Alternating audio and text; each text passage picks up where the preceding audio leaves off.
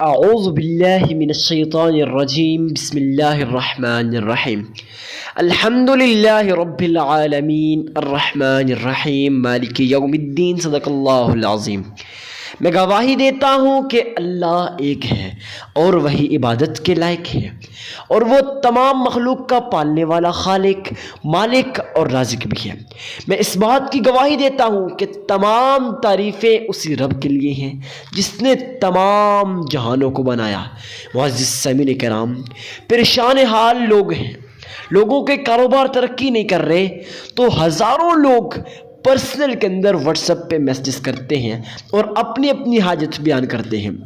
معزز سامعین کرام، اللہ کے حضور اللہ والے فرماتے ہیں کہ میں آپ کو ایک چھوٹا سا وظیفہ نہ بتا دوں کہ اگر آپ لوگوں کو لاکھوں روپے دیتے ہیں اور اس کے بعد بھی آپ کا کوئی کام حل نہیں ہوتا، لاکھوں روپے اللہ کی راہ میں دے دیتے ہیں پھر بھی کام حل نہیں ہوتا، تو پریشان ہیں۔ پریشان ہونے کی ضرورت نہیں ہے۔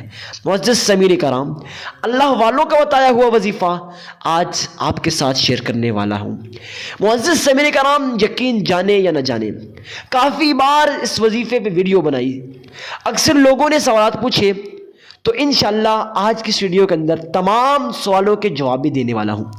ویڈیو کوشش کروں گا لمبی نہ ہو، تو آپ نے ویڈیو کو کمپلیٹ واچ کرنا ہے تاکہ آپ وہ تمام اہم مسائل سمجھ جائیں جن کو کرنے کے بعد 100 میں سے 101% آپ کا وظیفہ قبول ہوتا ہے۔ اکثر لوگ یہ سوال لیے پھرتے ہیں، حضرت جی ہم اگر اللہ کی راہ میں لاکھوں روپے دیتے ہیں، ہم اتنے بڑے علماء ہیں ان کو لاکھوں روپے دیے پھرتے ہیں لیکن پھر بھی ہمارا وظیفہ قبول نہیں ہوتا، آپ تو ہمیں فری میں وظیفہ بتا رہے ہیں پھر یہ وظیفہ بھی قبول نہیں ہوتا، تو اس کا مطلب یہ ہے کہ ہمیں وظیفہ چھوڑ دینا چاہیے یا عمل نہیں کرتے، ان کا اثر نہیں ہوتا۔ نہیں بھائی، دیکھیں وظیفہ اثر کرتا ہے لیکن ان لوگوں کا، اب کن لوگوں کا؟ ان لوگوں کا جو ویڈیو کو کمپلیٹ واچ کرتے ہیں، سمجھ لیتے ہیں، سن لیتے ہیں، عمل کر لیتے ہیں ان تمام اہم مسائل کو جن کو میں ویڈیو کے اندر ڈسکس کرتا ہوں۔ معزز سامعین کرام، اگر میں گارنٹی دیتا ہوں کہ آپ بھی وہ تمام اہم مسائل سمجھ جاتے ہیں، سن لیتے ہیں، اس کے بعد وظیفہ کرتے ہیں، پھر گارنٹی میں دیتا ہوں کہ آپ کا وظیفہ قبول ہوگا، لیکن شرط پھر بھی ایک ہے، خلوص نیت کے ساتھ وظیفہ کریں۔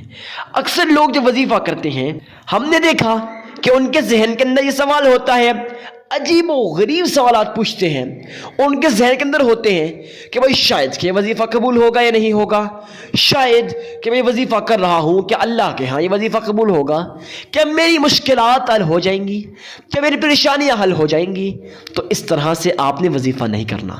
جب بھی وظیفہ کریں اس سے پہلے خشوع و خضوع کے ساتھ اپنے ذہن کو خالی کر لیں، ذہن کے اندر ایک چیز بھر لیں، ایک خیال بھر لیں، ایک تصور بن لیں، ایک مائنڈ بنا لیں کہ میں اللہ کا کلام پڑھ رہا ہوں، انشاءاللہ میرا یہ کلام، میرا یہ وظیفہ اثر کرے گا، میری ساری مرادیں پوری ہو جائیں گی، وہ مرادیں بھی پوری ہوں گی جو میں نے لاکھوں روپے خرچ کر کے جو میری مرادیں قبول نہیں ہوئی، آج کے اس بابرکت، اس مجرب، اس آزمودہ وظیفہ سے وہ تمام جو حاجتیں ہیں، وہ تمام ضروریات ہیں، پوری ہو جائیں گی۔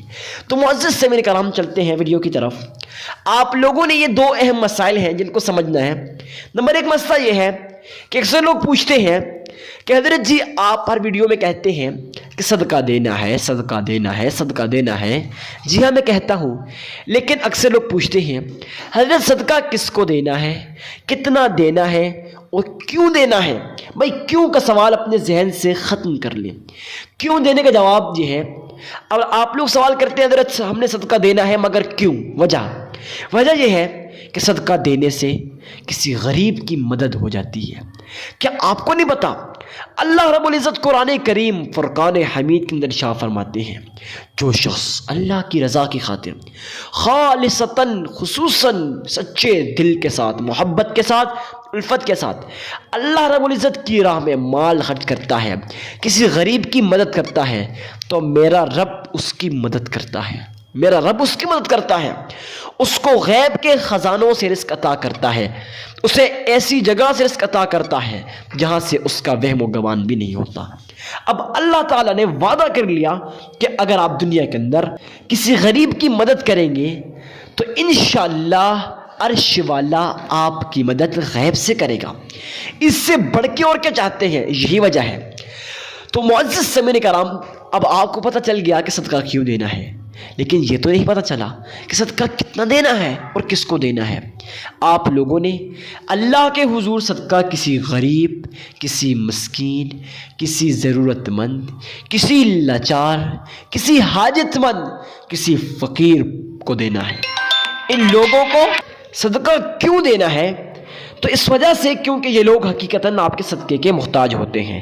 جب آپ لوگ ان کی مدد کرتے ہیں تو میرا رب آپ کی مدد کرتا ہے، آپ کو غیب کے خزانوں سے رزق عطا کرتا ہے، آپ کو ایسی جگہ سے رزق عطا کرتا ہے جہاں سے آپ کا وہم و گمان بھی نہیں ہوتا۔ معزز سامعین کرام، اب آپ لوگوں نے اللہ کے حضور صدقہ دینا ہے، صدقہ دے دیا۔ اس کے بعد آپ لوگوں نے دوسرا اہم مسئلہ یہ ہے کہ درود ابراہیمی کو پڑھنا ہے۔ درود ابراہیمی کو کتنی بار پڑھنا ہے، کیسے پڑھنا ہے، کہاں بیٹھ کے پڑھنا ہے، سنیے۔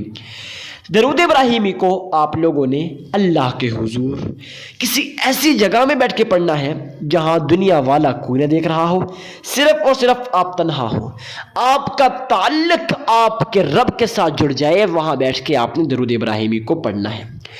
تو خیر معزز سامعین کرام، اب آپ لوگوں نے درود ابراہیمی کتنی بار پڑھنا ہے؟ تو 3 مرتبہ پڑھنا ہے۔ اب کیسے پڑھنا ہے؟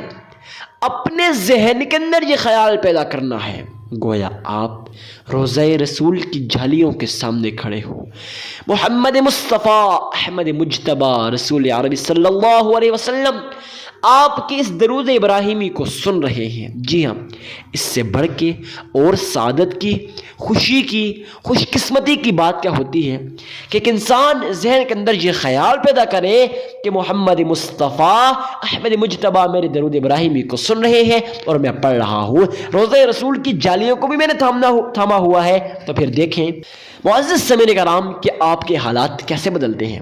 اب آپ نے ذہن کے اندر یہ چیز پیدا کر لی، یہ خیال پیدا کر لیا، اس کے بعد کچھ اس طرح درود ابراہیمی کو پڑھنا ہے۔ اللہم صلی علی محمد وعلی آل محمد کما صلیت علی ابراہیم وعلی آل ابراہیم انکا حمید مجید۔ اللہم بارک علی محمد وعلی آل محمد كما باركت على إبراهيم وعلى آل إبراهيم إنك حميد مجيد۔ معزز سامعین کرام، اس طرح سے آپ لوگوں نے اللہ کے حضور درود ابراہیمی کو 3 مرتبہ پڑھ لینا ہے۔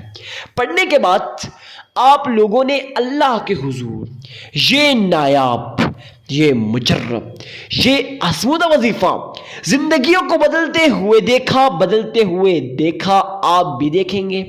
اپنی زندگی کو، اپنے حالات کو بدلتے ہوئے اپنی آنکھوں سے معجزہ دیکھیں گے، انشاءاللہ ضرور دیکھیں گے، لیکن شرط کیا ہے کہ جو پیچھے میں نے باتیں کی اس پہ عمل آپ نے کیا ہو۔ تو معزز سامعین کرام، آپ لوگوں نے سلام قولا من رب الرحیم، اللہ اکبر، یہ ایک ایسا وظیفہ ہے کہ جس وظیفے کو اگر کسی فقیر نے پڑھ لیا، فقیر بھی بادشاہ بن جاتا ہے۔ جی ہاں معزز سامعین کرام، شرط بار بار کہہ رہا ہوں کہ اخلاص ہونا چاہیے۔ اول 3 مرتبہ درود ابراہیمی کو پڑھنے کے بعد 313 مرتبہ درمیان میں سلام قولا من رب الرحیم پڑھ لینا ہے۔ اس کے بعد پھر 3 مرتبہ درود ابراہیمی کو پڑھ لینا ہے۔ یہ چھوٹا سا عمل تھا، مختصر سا عمل تھا، آپ کے 5 منٹ لگیں گے، لیکن یقین جانیں آپ کی 5 منٹ کا بیٹھنا اللہ کے راہ میں انشاءاللہ آپ کی زندگیوں کو بدل دے گا۔ معزز سامعین کرام، آج کی ویڈیو آپ کو بہت پسند آئی ہوگی، ویڈیو کو لائک کرنا مت بھولیے گا۔ اگر آپ کا کوئی سوال ہے، اگر آپ کو کسی چیز کی سمجھ نہیں آئی، آپ ہمارے ساتھ پرسنل کے اندر واٹس ایپ پہ میسیجز کر سکتے ہیں، ہمارے چینل ڈسکرپشن میں آپ کو نمبر مل جائے گا، یا پھر کمنٹ سیکشن میں پوچھ لیں تاکہ سب لوگوں کو فائدہ ہو۔ تو ملتے ہیں کسی نیکسٹ ویڈیو میں، اجازت دیجیے اپنے بھائی کو، تب تک کے لیے اللہ حافظ۔